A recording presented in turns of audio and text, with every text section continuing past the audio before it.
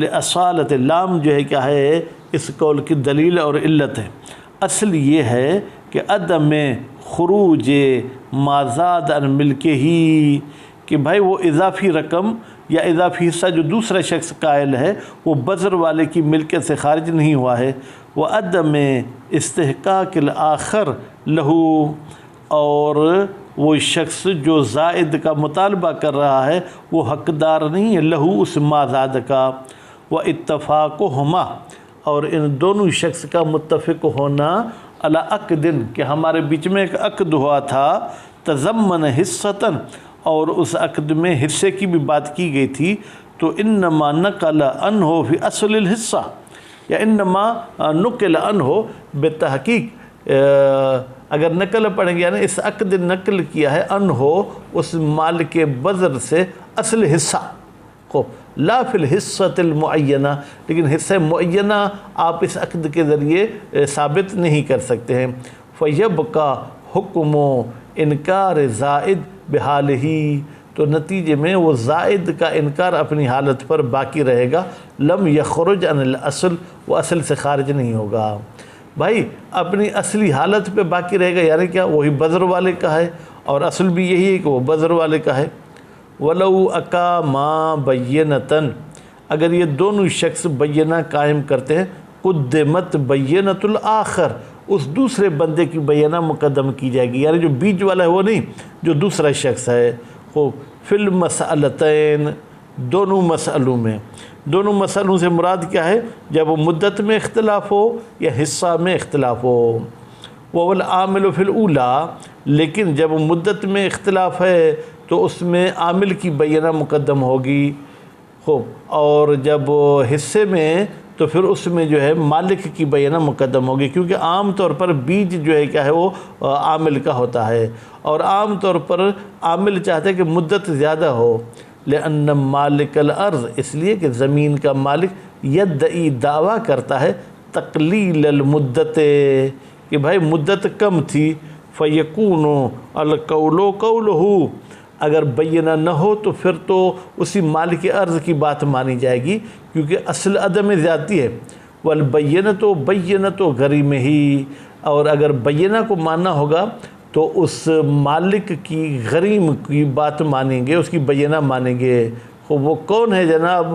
فرماتے ہیں وہی عامل ہے۔ وَمَنْ لَيْسَ لَهُ بَذْرٌ، اور جس کا بیج نہیں ہے اس کی بات مانی جائے گی، فی الثانیۃ، حصے والی صورت میں بھی اس کی بات مانی جائے گی۔ بھائی بینہ، بات تو اشتباہاً میرے زبان پہ آ گیا، من العامل و مالک الارض، اگر بیج عامل کا نہیں تھا تو عامل کی بینہ مانی جائے گی، اور اگر بیج مالک کا نہیں تھا تو مالک کی بات مانی جائے گی۔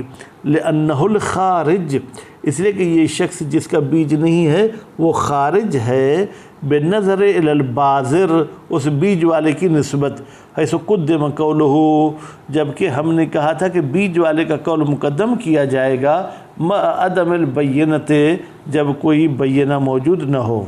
وقیل یقرأ، اور کہا گیا ہے کہ قرآن اندازی کی جائے گی، کیوں بھائی؟ لأنہا، اس لیے کہ یہ قرآن اندازی لکل امر مشکل، ہر مشکل اور پریشانی والے کام میں قرآن اندازی ہوتی ہے۔ ویشکل، بھائی یہ قرآن اندازی والی بات پہ ہمیں اشکال کیا جاتا ہے، ہم اشکال کرتے ہیں، بأنہ لا اشکال ہونا، بھائی یہاں پر تو کوئی مشکل امر نہیں ہے۔ فإن من کان القول قولہ، بتحقیق کہ جہاں پر جس کی بات مانی جائے گی تو اسی کا قول مانا جائے گا، لیکن جب بینہ کی نوبت آئے گی، فالبینۃ بینۃ صاحب ہی، تو پھر بینہ اس کے صاحب کی مانی جائے گی۔ فالقول بتقدیم بینۃ المدعی فیہما اقویٰ، تو نتیجے میں ہم یہ قول کے قائل ہو جائیں کہ مقدم کریں گے مدعی کی بینہ کو، فیہما، مدت اور حصے والی صورت میں، اقویٰ، یہ قول قوی ہے۔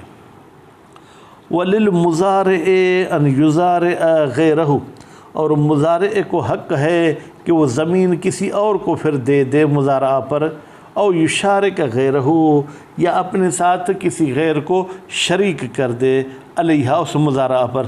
لأن الناس، اس لیے کہ لوگ، مسلطون، وہ مسلط ہوتے ہیں جناب، علی اموالہم، اپنے اموال پر۔ خوب، جب اس کے ساتھ عقد کیا گیا ہے کہ تم مزارع کرو تو گویا کہ یہ اس زراعت کا بھی مالک ہے۔ نعم لا یجوز لہو، جی ہاں اس مزارعے کے لیے جائز نہیں ہے تسلیم الارض کہ پوری زمین ہی کسی کے حوالے کر دے، الا باذن مالکہا، مگر یہ کہ زمین کے مالک سے اذن لے گا۔ وربما اشترط یا یشترط، خوب برحال میرے کتاب میں تو اشترط ہے، خوب، اور ربما اشترط کہتے ہیں اور شرط لگائی جاتی ہے کون البذر منہ، کہ یہ بذر جو ہے وہ مزارع کی طرف سے ہوگا۔ خوب، کون سا مزارع؟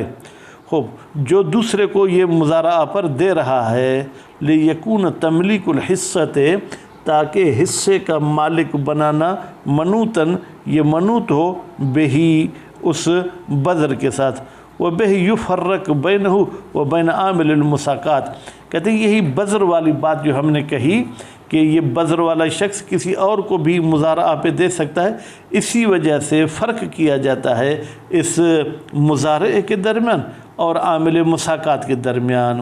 حیث لم یجز لہو، جبکہ جائز نہیں ہے اس عامل مساقات کے لیے ان یساقی غیرہ، کہ وہ غیر کو کہے کہ تم ان درختوں کو پانی پلاؤ، لیکن وہ یتم فی مزارعت غیرہ، یہی بات مکمل ہوتی ہے۔ کون سی یہی بات؟ کہ بھائی ایک مزارع دوسرے کو مزارع پہ دے سکتا ہے، ٹھیک، لیکن لا فی مشارکت، مشارکت والی بات میں تو کوئی مزارع تبدیل ہوتا ہی نہیں ہے۔ خوب، میں نے خلاصے میں شاید مساقات والے اس مسئلے کو صحیح سے بیان نہیں کیا، تو ابھی عبارت میں یہ آپ سمجھ جائیں کہ یہاں پر فرق بتانا چاہتے ہیں مساقات اور مزارع میں۔ وَيُمْكِنُ الْفَرْقُ بَيْنَهُمَا، اور ممکن ہے کہ ہم مزارعہ اور مساقات میں فرق کے قائل ہو جائیں۔ کیسے؟ بِأَنَّ عَمَلَ الْأُصُولِ، بتحقیق اصول کا عمل یعنی اصل ان درختوں کا عمل مساقات میں مقصود بالذات، ذاتی طور پہ مقصود یہی ہے کہ ثمرت، جیسے کہ ثمرہ مقصود ہوتا ہے کہاں پر جناب؟ مساقات میں۔ فلا یتسلط علیہ من لا یسلطہ المالک، تو نتیجے میں مسلط نہیں ہوگا جناب ان فروٹ پہ یا ان درختوں پہ من، وہ شخص لا یسلطہ المالک، جس کو مالک صاحب مسلط نہیں کرتا، بخلاف الارض، بخلاف زمین کے مزارع میں۔ فإن الغرض فیہا، بتحقیق اس مزارعہ میں غرض لیس الا الحصۃ، اس میں صرف حصہ ہوتا ہے، فمالکہا ان ینقلها الی من شاء، تو حصے کے مالک کو اختیار ہے کہ جس کی طرف وہ اپنا حصہ نقل کرنا چاہے کر سکتا ہے۔ الا، ایک صورت ایسی ہے کہ وہ مزارع زمین کسی اور کو نہیں دے سکتا، ان یشترط علیہ المالک، مزارع پر مالک شرط کرے کس چیز کی؟ الزرع بنفسہ، کہ تم بذات خود زراعت کرو گے، فلا یجوز لہو، پھر جائز نہیں ہے مزارع کے لیے ادخال غیرہ، کہ اپنے غیر کو بھی داخل کرے مطلقاً، چاہے اس کو مشارکت کے عنوان سے داخل کرے چاہے مستقل اس کو یہ دے دے۔ عملاً بمقتضی شرط، یہاں پر ہم عمل کریں گے شرط کے تقاضا کے مطابق۔ شرط یہی کہتی ہے کہ جب اس زمین کے مالک نے شرط کی ہے کہ تمہیں ہی زراعت کرنی ہے، تو تم اس زمین میں نہ کسی اور کو اپنے لیے شریک قرار دے سکتے ہو، نہ ہی وہ پوری زمین تم کسی اور کے حوالے کر سکتے ہو، اس لیے کہ المؤمنون عند شروطہم، مومنین اپنی شروط کے پابند ہوتے ہیں۔ جب شرط تھی آپ ہی کو عمل کرنا ہے تو آپ ہی عمل کریں گے، کسی اور کو نہیں دیں گے۔ صلی اللہ علیہ محمد و آل محمد۔